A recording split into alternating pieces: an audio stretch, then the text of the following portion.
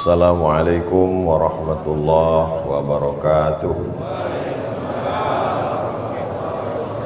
Alhamdulillah, Allahumma salli ala Sayyidina Muhammad wa ala ali Sayyidina Muhammad. Yang sama-sama kita hormati Bapak Bupati Kabupaten Bengkulu Selatan beserta seluruh jajaran. Hadir bersama kita guru kita semua, Ketua Majelis Ulama Indonesia Kabupaten Bengkulu Selatan, bapak-bapak, ibu-ibu, jamaah fardu subuh, insyaallah semuanya dimuliakan Allah Subhanahu wa taala. Amin ya rabbal alamin. Subuh ini kita akan membahas beberapa masalah yang terkait dengan ibadah kurban.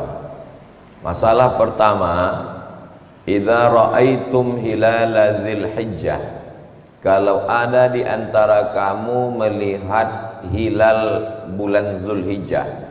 Maksud hilal di sini tanggal 1 Zulhijjah yang insyaallah akan jatuh pada tanggal 8 Juni tahun 2024. Wa arada ahadukum an yudahhi, dan kamu mau berkurban, falyumsik an sya'rihi wa azfarihi, maka jangan memotong rambut dan jangan memotong kuku.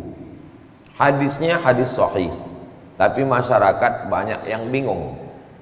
Apakah dari tanggal 1 sampai tanggal 10 itu tidak boleh motong kuku dan motong rambut bagi yang berkurban? Karena bunyi hadisnya falyumsik, hendaklah dia menahan diri, an sya'rihi, dari rambutnya, wa azfarihi, dan dari kukunya.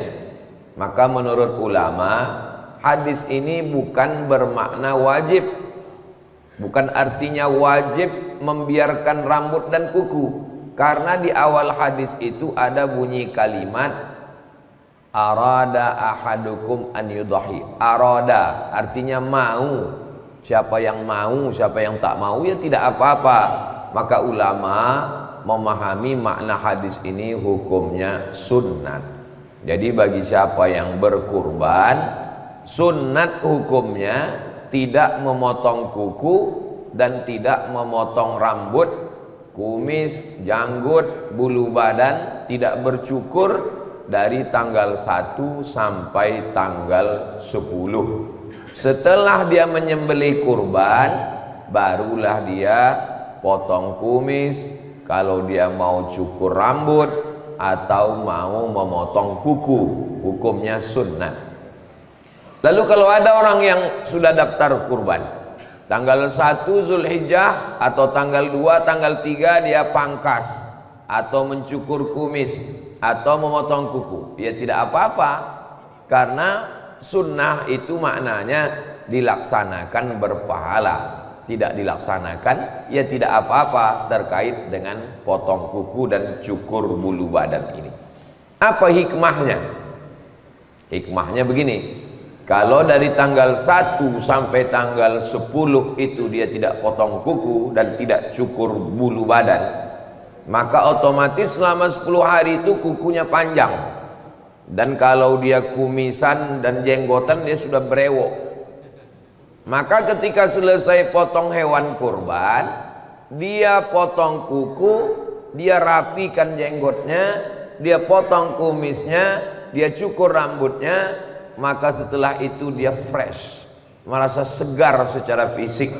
Yang sebelumnya merasa kotor, selesai berkurban dia merasa bersih. Rasa fresh itulah yang didapatkan orang. Secara batinnya dia bersih, suci karena sudah berkurban, dan secara fisik juga dia merasakan nyaman, merasa bersih. Itulah hikmah dibalik tidak potong kuku dan tidak mencukur bulu badan dari tanggal 1 sampai tanggal 10 Zulhijjah. Dilaksanakan baik.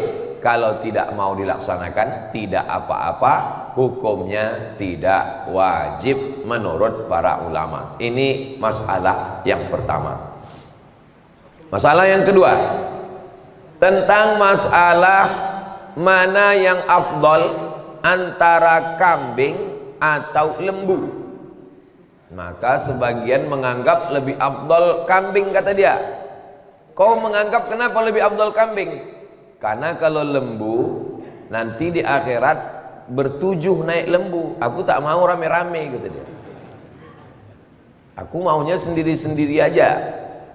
Setelah dibahas oleh para ulama di antara kitabnya Al-Fiqhul Islami wa Adillatu, antara kambing sama lembu tidak ada yang mengatakan lebih afdal lembu atau lebih afdal kambing. Tapi yang lebih afdal itu mana yang lebih banyak dagingnya, itulah yang paling afdal. Karena ibadah kurban itu membagi makan daging orang miskin, yatim, duafa, jiran, tetangga, keluarga. Kalau zakat hanya fakir miskin saja. Tapi kalau kurban, jiran, tetangga, keluarga, sahabat dapat semuanya. Maka mana yang paling banyak dagingnya itu yang paling bagus. Ada namanya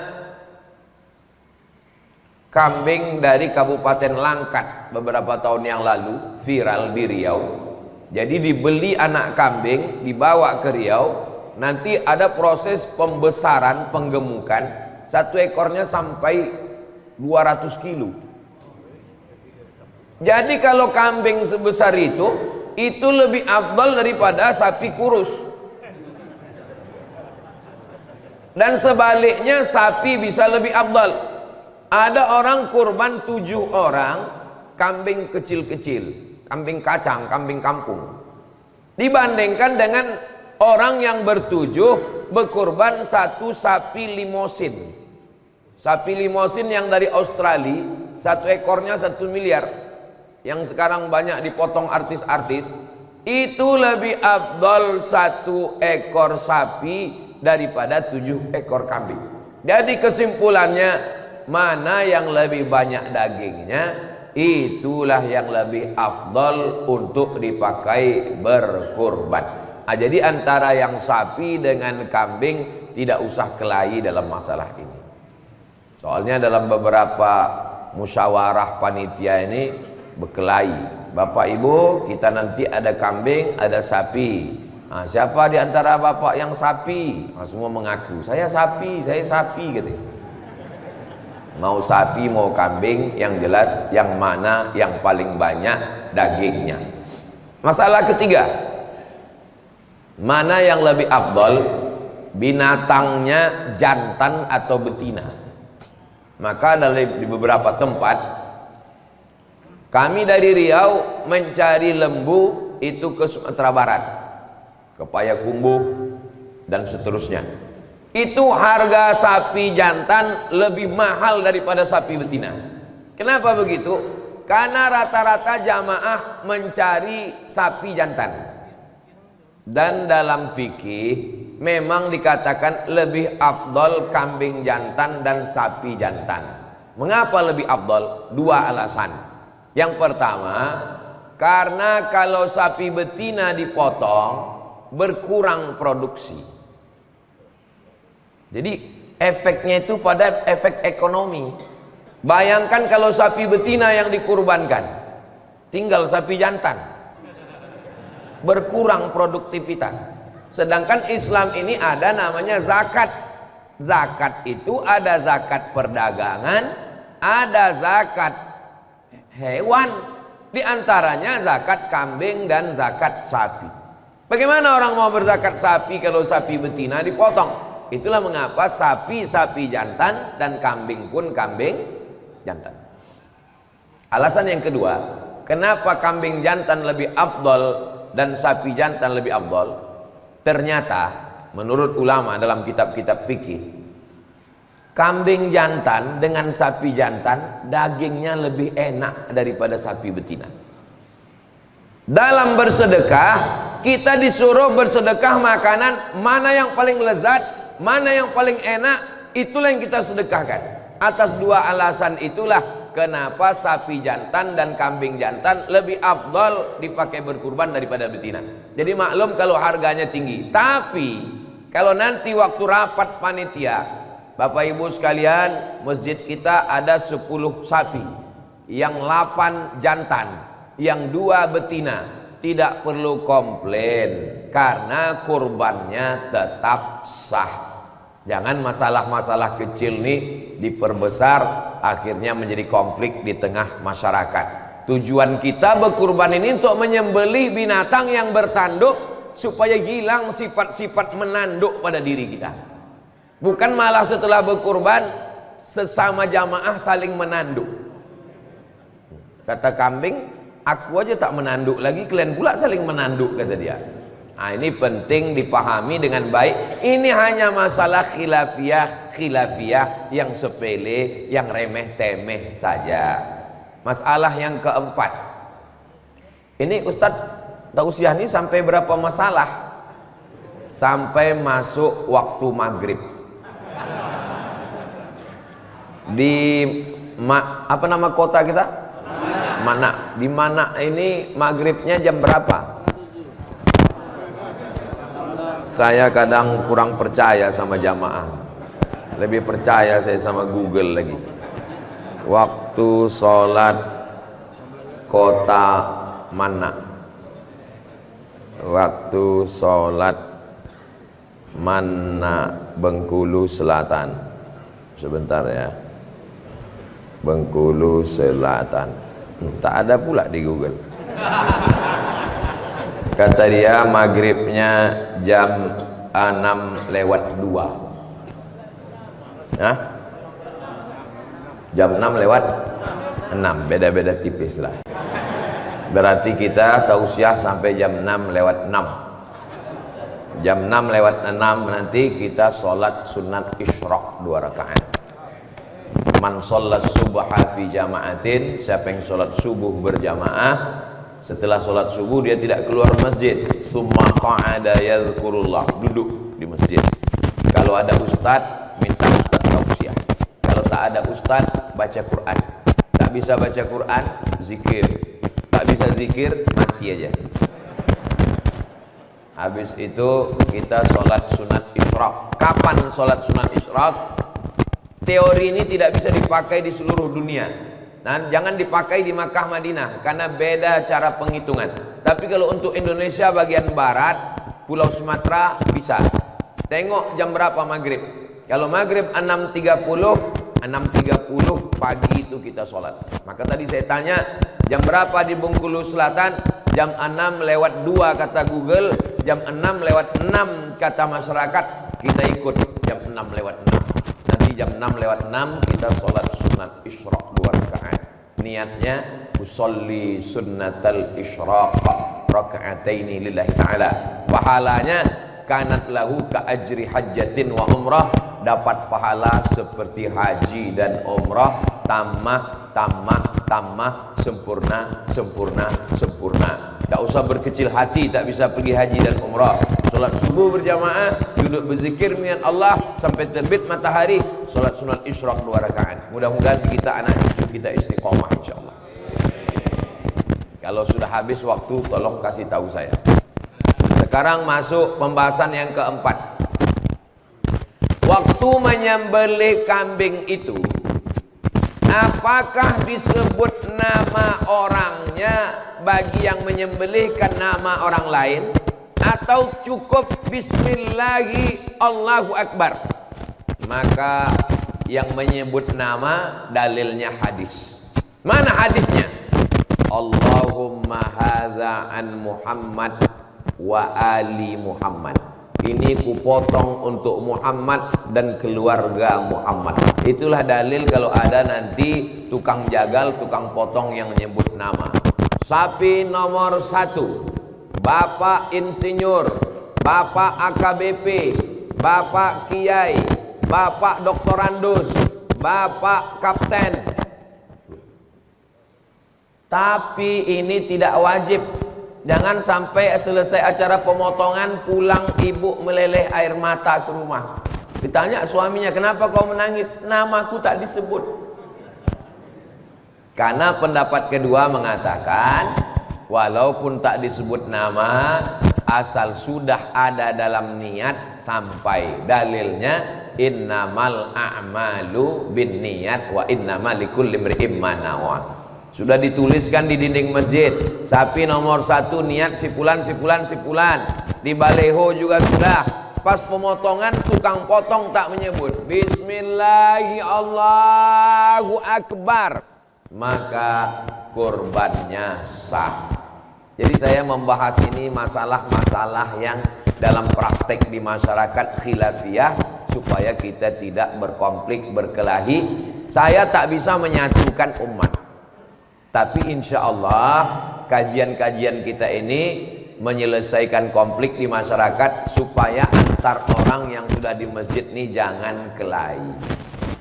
Kalau kita sesama di masjid yang sudah sama-sama sholat, sama-sama ngaji, sama-sama kurban, berkelahi, bertengkar, cakar-cakaran, apa kata orang luar masjid? Untung kita tak ke masjid. Coba kalau kita ke masjid, kelahi juga kita kan? Untung kita tak berkurban. Coba kalau kita ikut berkurban, berkelahi kita kan? Nah, jadi akhirnya masjid tidak memberikan efek yang baik. Padahal masjidnya bagus, kurbannya bagus. Yang tak bagus itu orangnya. Nah, maka usahakanlah ngaji, selesaikan di dalam masjid. Kalau ada masalah, tanya. Fas'alu ahla dzikri in kuntum la ta'lamun. Ini tentang menyebut nama. Masalah yang kelima, waktu memotong itu, kemana arah kepala sapi, kepala lembu, kepala kerbau? Menurut sunnah Nabi SAW, arah kiblat ke sana, maka kepalanya ke arah Riau. Sumatera Barat Pak Ustaz, terserahlah, mau Sumatera Utara, mau Sumatera Barat. Kepalanya ke utara, kakinya ke selatan. Ke utara, ke selatan gimana ya? Tunggu dulu, bayangkan dulu peta Pulau Sumatera menghadap ke arah kiblat. Kakinya ke arah utara, Medan, Sumatera Utara, Aceh, Jambi, Riau. Kepalanya ke arah Lampung, badannya menghadap ke arah kiblat. Bismillahi Allahu Akbar, menghadap ke arah kiblat. Menghadap ke arah kiblat, Nabi SAW menginjakkan kakinya, tapi tidak dengan bertenaga keras, hanya sekedar menenangkannya saja. Lalu kemudian tangan kanannya memegang, tangan kiri memegang kepala, tangan kanan memegang pisau. Dianjurkan menyembelih sendiri. Sunnat hukumnya menyembelih sendiri. Bagaimana dengan orang yang tak sanggup menyembelih? Saya anjurkan, masih ada waktu dan kesempatan untuk buat pelatihan bersama Juleha. Ibu, nanti kalau bapak izin permisi mau jalan sama Juleha, ibu mohon izinkan. Karena Juleha ini artinya juru sembelih halal. Ketua Juleha Sumatera Selatan bersama kami sekarang, namanya Al-Mukarram Ustadz Kemas Ali. Minta pelatihan ke beliau, karena banyak sekarang praktek motong ini yang tidak sesuai dengan syariat Islam. Viral video beberapa waktu yang lalu, motong kambing, sapi pakai pisau dapur yang tumpul. Menyiksa binatang tak boleh. Idza dzabhtum fa ahsinuz dzabhah. Kalau kamu menyembelih, sembelihlah dengan baik. Bagaimana menyembelih dengan baik? Falyuhidda syafratahu, pisaunya tajam. Nanti di Juleha diajarkan mengasah pisau. Setelah pisaunya tajam, ambil itu batang pisang atau kertas, bisa dipotong goloknya, barulah dipotongkan. Tidak boleh menyiksa binatang. Marah Nabi Muhammad SAW, wa ma arsalnaka illa rahmatan lil. Bagaimana teknik menjatuhkan sapi, bagaimana teknik menjatuhkan kerbau lembu, bagaimana teknik memotong supaya binatang itu tidak tersiksa. Karena kata Nabi SAW, idza qataltum fa ahsinul qitlah. Kalau kamu membunuh, bunuh dengan baik, sekali pukul mati. Kalau kamu menyembelih, sembelih dengan baik, tajamkan pisaunya, wal yurih dzabihatahu, buat binatang itu mati tenang. Kalau binatang itu matinya tenang, darahnya mengalir, tak menggumpal dalam daging, dagingnya sehat, dagingnya crispy, renyah. Kalau binatangnya stres, banyak sekarang hari raya kurban binatang stres. Tengoklah nanti pas hari raya kurban, viral video melompat patah kaki sapi. Ada jamaah bertanya ke saya, Ustadz Somad, kami mau menyembelih sapi, sapi itu lari belum balik sampai sekarang. Siapa yang bertanggung jawab mengganti duit sapi? Saya bilang yang bertanggung jawab mengganti duit sapi panitia, bukan masjid. Masjid tak ada hubungan dengan kurban, karena akadnya adalah dari pekurban kepada panitia. Maka panitia bertanggung jawab sampai memotong.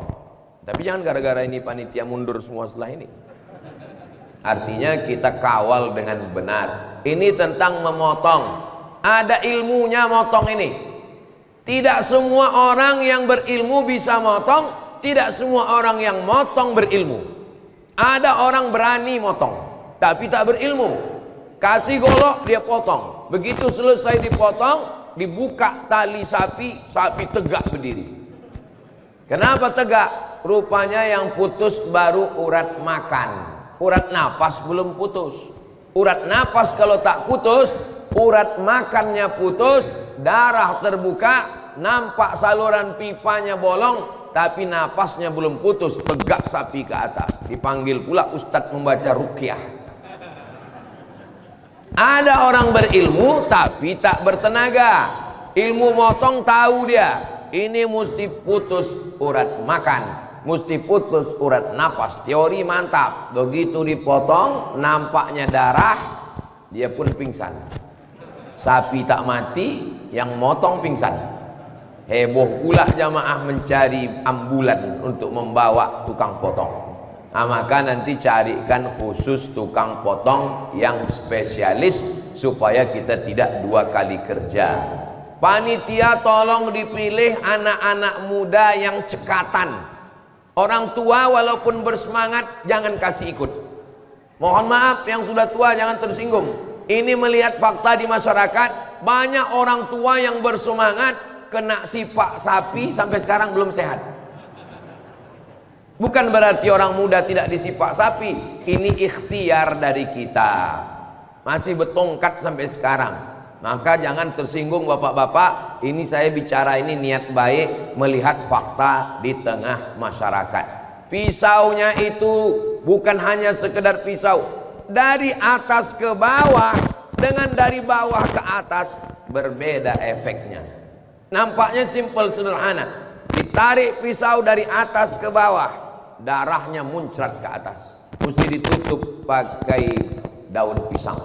Tapi kalau ditarik dari bawah ke atas, maka darahnya turun ke bawah. Jangan sampai potong berkali-kali. Dia mesti sekali tarik. Pisau itu dipegang gagangnya begini, yang tajam di sini ditarik dari bawah begini. Bismillahi Allahu Akbar. Memangnya Ustadz Somad pernah motong? Tontonlah videonya di YouTube. Buat situ, UAS motong hewan kurban 3 tahun yang lalu. Setelah itu saya tidak pernah lagi. Saya ini termasuk orang yang tak sampai hati. Saya seumur-umur tak pernah motong ayam. Disuruh mak saya dulu motong ayam, tak mau saya. Tapi pas setelah acara pelatihan Juleha itu, mereka suruh, tak mungkin saya nolak, malu kita kan. Suruh, Ustadz potong, siap saya bilang. Potong, habis potong, wal awal wal akhir. Itu yang pertama dan terakhir, setelah itu tidak lagi.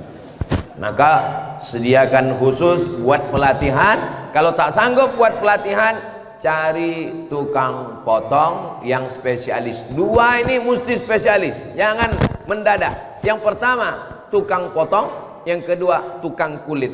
Tukang potong dengan tukang kulit tidak bisa coba-coba, karena kalau coba-coba rusak daging dan rusak kulitnya, sementara kulit nanti mau dipakai banyak manfaatnya. Ini masalah yang kelima. Masalah yang keenam, setelah dipotong apakah boleh dimakan dagingnya? Maka Allah berfirman dalam Al-Quran, fakulu minha, makanlah dagingnya. Bukan boleh, Allah menyuruh makanlah dagingnya. Kalau disuruh itu berarti wajib? Tidak wajib. Hukum memakan daging kurban sunnah. Tapi katanya Pak Ustadz haram makan daging kurban. Daging kurban yang haram dimakan kurban wajib. Kurban wajib tak boleh dimakan. Kurban wajib itu yang mana? Kurban nazar. Saya bernazar, ya Allah, kalau lulus anak saya tahun ini CPNS saya berkurban. Tapi kalau tak lulus sampai mati saya tak berkurban. Itu tak boleh dimakan. Tapi kalau kurbannya kurban sunat, maka boleh dimakan dagingnya. Berapa yang dimakan? Fakulu minha, makan sedikit saja. Apanya yang dimakan dan berapa banyak? Maka tengok Nabi, hadis Nabi SAW, akala min kabidi udhiyatihi, Nabi memakan hati hewan kurbannya. Ini beda Idul Adha dengan Idul Fitri. Idul Fitri habis sholat subuh makan dulu. Habis makan batalkan puasa hari itu, tak boleh puasa. Karena puasa haram tanggal 1 Syawal. Setelah makan baru sholat Idul Fitri. Kalau Idul Adha habis sholat subuh tak boleh makan. Sunnah hukumnya untuk tidak makan, tidak minum. Maksudnya seperti puasa. Karena banyak juga jamaah ini tidak makan, tidak minum, tapi 5 batang sudah habis. Tidak makan, tidak minum, tidak merokok, tidak melakukan hal yang membatalkan puasa. Sunnah hukumnya menahan diri. Sholat Idul Adha, selesai sholat Idul Adha, disembelih hewan kurban, belah perutnya, ambil hatinya, cuci dulu karena haram makan darah. Hurimat alaikumul maitatu, haram makan bangkai, waddamu darah, walahmul khinzir, babi, bangkai. Itu binatang yang kita makan itu kan mati Pak Ustadz. Ayam mati, kambing mati, berarti bangkai. Kalau disembelih dia tidak bangkai. Yang dimaksud bangkai itu adalah yang tidak disembelih dan di darat. Adapun yang di laut tak disembelih tetap halal. Ikan, cumi, kepiting tak disembelih. Tapi kalau kambing masuk laut tetap haram. Jangan pula gara-gara ini nanti ada sapi masuk ke sungai, kata Ustaz Somad, apapun yang di sungai halal. Nah, lalu kemudian setelah dia disembelih, dibuka perutnya, diambil hatinya, dicuci supaya darahnya bersih. Kalau dia hidungnya tajam takut amis, pakai limau, kasih garam, potong tipis, bakar. Bismillahirrahmanirrahim, littabarruk, mengambil barokah. Makanan pertama hari raya kurban adalah hati hewan kurban. Bagi yang darah rendah dianjurkan makan hati kambing supaya naik darahnya. Nah, ini bagus. Tapi bagi yang sudah darah tinggi, cicip sikit aja, jangan banyak. Nanti mati saya bertanggung jawab. Naik darah tinggi gara-gara Ustadz Somad ceramah subuh. Secukupnya saja. Makanan yang naik menjadi kolesterol, menjadi darah tinggi, menjadi jantung koroner, itu kalau berlebihan, kata Allah dalam Quran. Kulu, makanlah, washrabu, minumlah, wala tusrifu, jangan berlebih-lebihan. Kalau tak lebih, insya Allah sehat walafiat. Nah, setelah itu sisanya paling bagus. Wa at'imul ba'isal faqir, bagikan semua ke fakir miskin. Itulah yang paling bagus. Jadi tak boleh kami dapat kupon itu Pak Ustadz. Ini kan cerita afdol ini. Kalau afdol, makan hatinya sedikit, sisanya bagi. Tapi kalau cerita boleh, maka Nabi membagi 3. Kambing itu dibagi 3. Sepertiga untuk yang berkurban, sepertiga untuk jiran tetangga, sepertiga untuk fakir miskin. Misalnya bapak bertujuh, 7 orang 1 sapi, Daging sapi dengan tulang sapi, dengan kepala sapi, dengan lemak sapi, dengan organ dalamnya itu dibagi 3. Sepertiga untuk keluarga di rumah, sepertiga untuk jiran tetangga, sepertiga untuk fakir miskin. Itu pembagian boleh. Lalu macam mana pembagian kami selama ini Pak Ustadz? Macam mana pembagian kita? 1 kupon untuk masyarakat, yang berkurban dapat 1 kupon. Jadi kalau saya menjadi peserta, saya dapat 2 kupon. 1 kupon sebagai masyarakat, 1 kupon sebagai pekurban. Bagus, karena 2 kupon itu tidak melebihi jatah 1/3. Yang tidak boleh itu lebih 1/3. Tapi jangan gara-gara tausiah Ustaz Somad subuh ini semua peserta minta 1/3. Besok semua komplain ke panitia. Kata Ustaz Somad 1/3, aku minta 1/3. Maksud saya menjelaskan ini, tidak boleh mengambil lebih dari jatah 1/3. Adapun kurang dari 1/3, sisanya itu dianggap sebagai sedekah. Berikutnya masalah yang ke-7, memberikan kepala kepada yang tukang potong sebagai upah. Tukang potong, ya, ini kepala untuk kamu sebagai upah. Tukang kulit, ya, ini daging untuk kamu 3 kresek sebagai upah. Haram hukumnya mengambil hewan kurban dijadikan sebagai upah, karena kurban bukan milik tukang potong. Kurban sudah ada jatahnya masing-masing. Makanya tukang potong, tukang kulit, dia tidak dikasih upah dari daging, kepala, ekor, jantung, limpa, usus, kulit hewan kurban, tapi dia dikasih upah khusus. Dari mana duitnya? Duitnya dari setoran awal. Maka akad setoran awal itu mesti jelas. Ini 3 juta hewan kurban sekaligus biaya operasional. Akadnya mesti begitu. Kalau tidak begitu akad, panitia nanti sulit. Pertama, kalau duit berlebih, panitia mesti membalikkan. Yang kedua, dari mana panitia untuk mengambil duit 5? Pertama, survei pencarian sapi. Yang kedua, membawa sapi dari luar kota ke Bengkulu Selatan. Yang ketiga, sapi tak langsung dipotong, tapi jaga malam dulu, semalam 2 malam. Siapa yang jaga malam? Yang keempat, tukang jagal mesti diupah. Yang kelima, tukang kulit mesti dikasih upah. Itu diambil dari biaya operasional. Akad di awal, saya serahkan duit ini 3 juta untuk hewan kurban saya sekaligus biaya operasional tunai. Jangan ambil untuk kurban dari masjid. Jangan ambil duit masjid untuk beli kresek, duit masjid untuk beli pipa, duit masjid untuk beli tali rapia, duit masjid untuk beli pisau. Karena duit masjid sedekah umat Islam untuk masjid, bukan untuk penyelenggaraan hewan kurban. Jangan sampai masalah yang kecil-kecil kita dituntut di hadapan Allah. Famay ya'mal mithqala dzarratin khairan yarah. Ini insyaallah duitnya bisa dipakai semuanya. Lalu kemudian bagaimana dengan relawan-relawan? Relawan dapat 2 kupon. Misal 1 kupon sebagai masyarakat, 1 kupon sebagai relawan tukang potong-potong, tukang cincang-cincang, tukang masuk plastik, tukang bagi-bagi, boleh. Karena itu sebagai hadiah. Loh, Ustaz Somad tidak konsisten. Tadi katanya sebagai upah tak boleh, ini sebagai hadiah kok boleh? Sebagai hadiah boleh, sebagai upah tak boleh. Apa beda upah sama hadiah?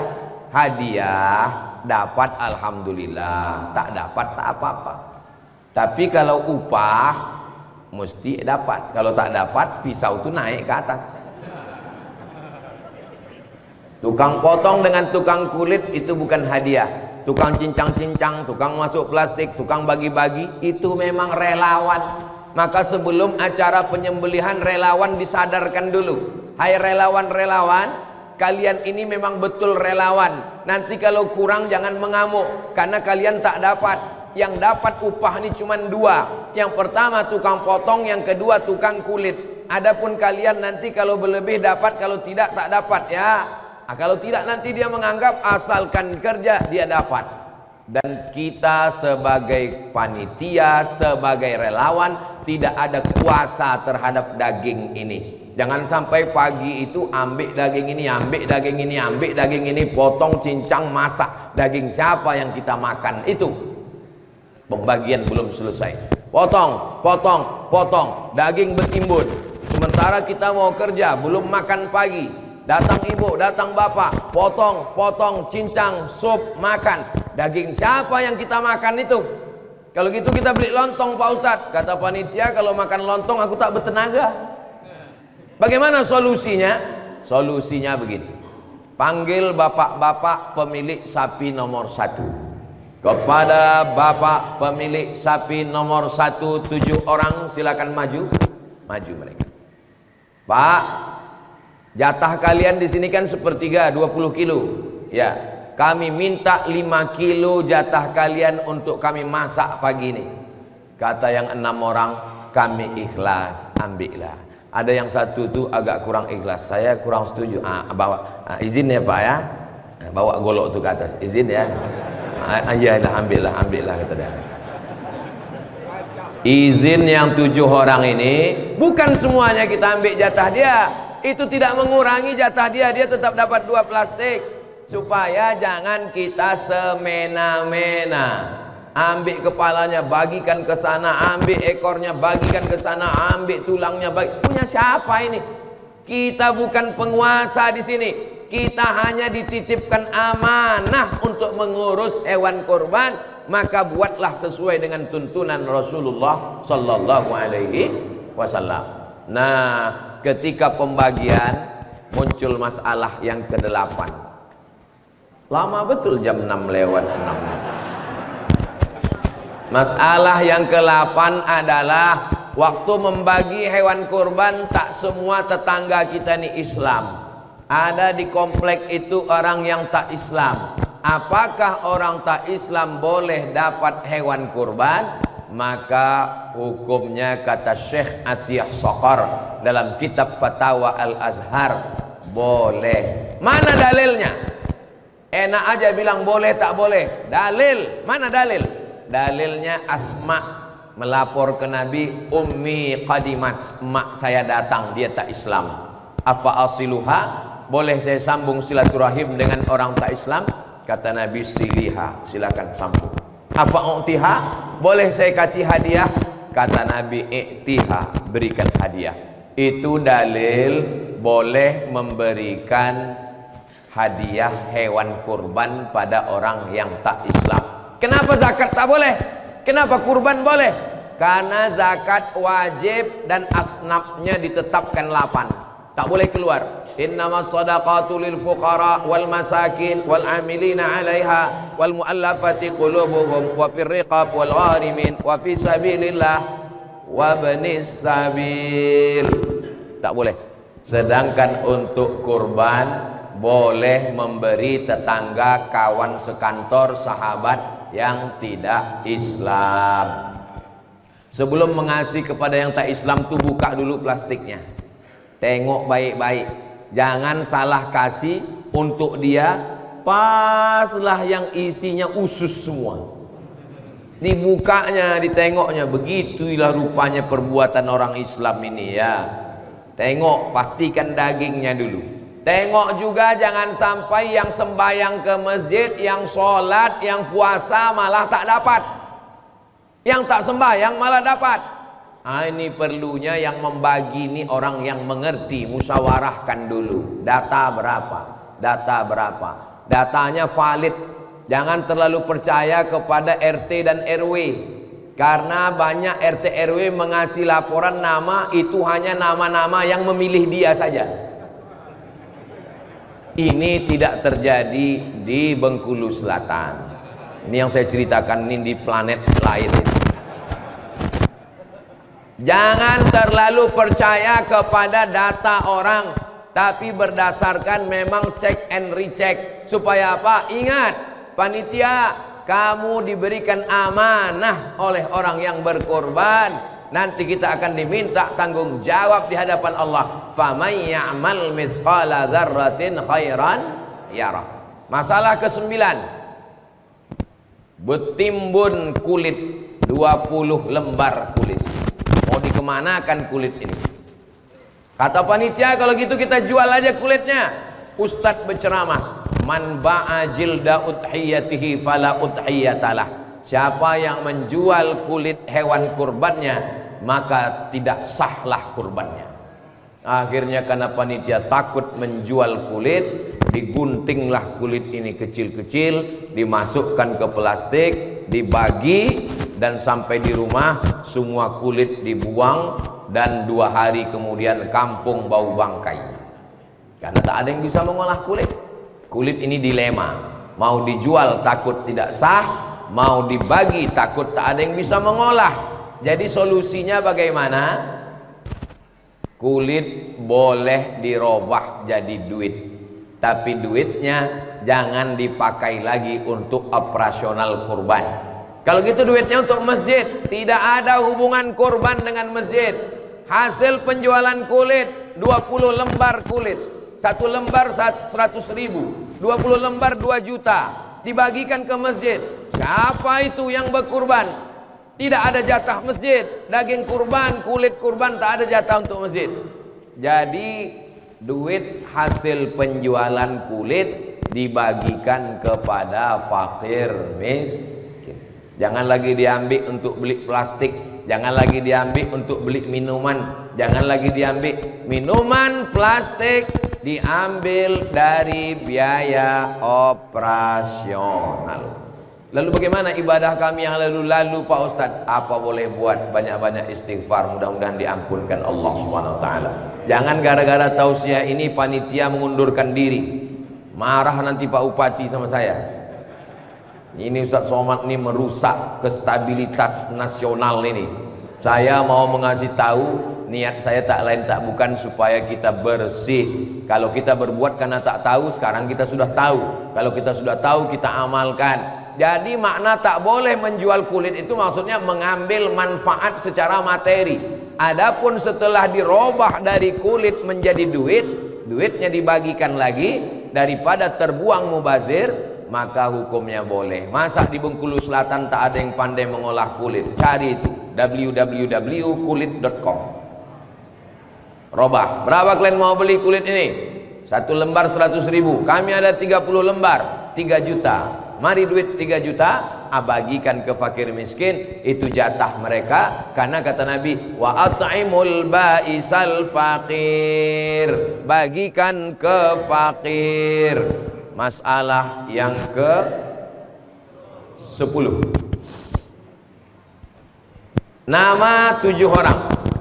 Nomor 1 Pak Dr. Andus, nomor 2 Pak Bupati, nomor 3 Pak Sekda, nomor 4 Pak Ketua MUI, nomor 5 Ketua Penggerak PKK, nomor 6 almarhum, nomor 7 almarhumah. Gimana ceritanya orang mati kok bisa berkurban? Nomor 10 pembahasannya kurban untuk orang mati. Orang yang sudah meninggal dunia berkurban. Ustadz Abdul Somad berkurban ya. Saya, istri saya, anak saya, Sami Ahmad Misbahi Ibadillah, Mizian Hazik Abillah, Sami Ahmad Misbahi Ibadillah. Berempat. Yang 3 lagi, atuk saya, ayah saya, emak saya. Yang 3 ini udah meninggal. Mana dalilnya Ustadz berkurban 3? Dalilnya hadis Nabi. Nabi waktu berkurban, Allahumma hadza an Muhammad wa ali Muhammad.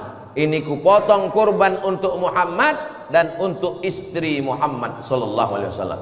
Padahal waktu itu Khadijah sudah meninggal.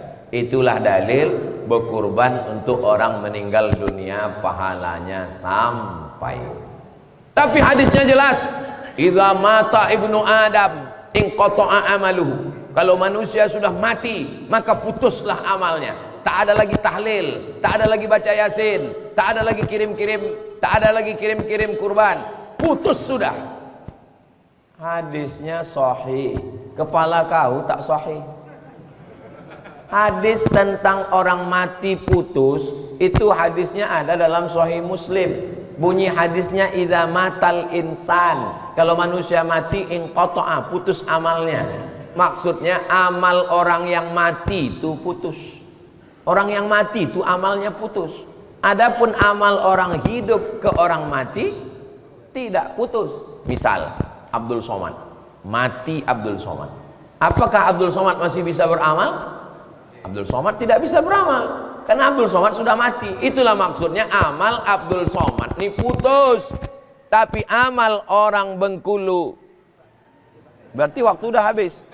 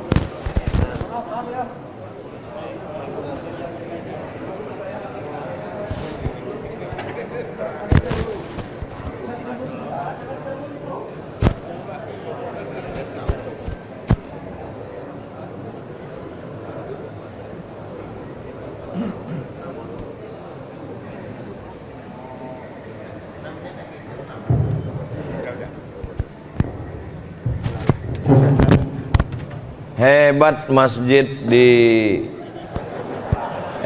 masjid di mana ini? Dia kalau waktu sudah habis itu bisa mati sendiri. Nah, itulah kalau tempat lain saya perlu juga saya kasih tahu ke pengurus-pengurus masjid, tolong di setel mic kalian supaya ustadz jangan terlalu lama ceramah. Asal habis waktu dia mati sendiri. Hebat. Mantap itu setelan. Jadi tentang masalah kurban untuk orang mati, maka kurban sampai. Adapun yang putus itu maksudnya orang yang mati itu amal dia putus. Adapun amal kita yang hidup, Abdul Somad mati, amal Abdul Somad nih putus. Apakah kalau orang dari mana mengirimkan doa sampai atau tak sampai? Sampai. Meninggal Ustaz Somad, untuk almarhum Abdul Somad Al-Fatihah sampai. Allahumma fir lahu warhamhu sampai. Bapak Ibu berkumpul masak ayam sedekah, ya Allah sampaikanlah pahala sedekah kami untuk almarhum sampai. Nah, jadi masalah kurban untuk orang meninggal dunia hukumnya sampai menurut 4 mazhab. Mazhab Hanafi, mazhab Maliki, mazhab Syafi'i, mazhab Hambali. Itulah kaji kita subuh ini. Kalau tuan membeli peniti, jangan ditusukkan ke sayur kubis, karena mic sudah mati-mati, petanda waktu sudah habis. Allahu Akbar. Mari kita sholat sunat isyraq 2 rakaat. Usalli sunnatal isyraq raka'ataini lillahi ta'ala. Ayatnya bebas. Terima kasih atas segala perhatian. Mohon maaf Al-Fakir Abdul Somad banyak silap, banyak salah, kata-kata tak berkenan di hati. Aqulu qauli hadza astaghfirullah li wa lakum. Wassalamualaikum warahmatullahi wabarakatuh.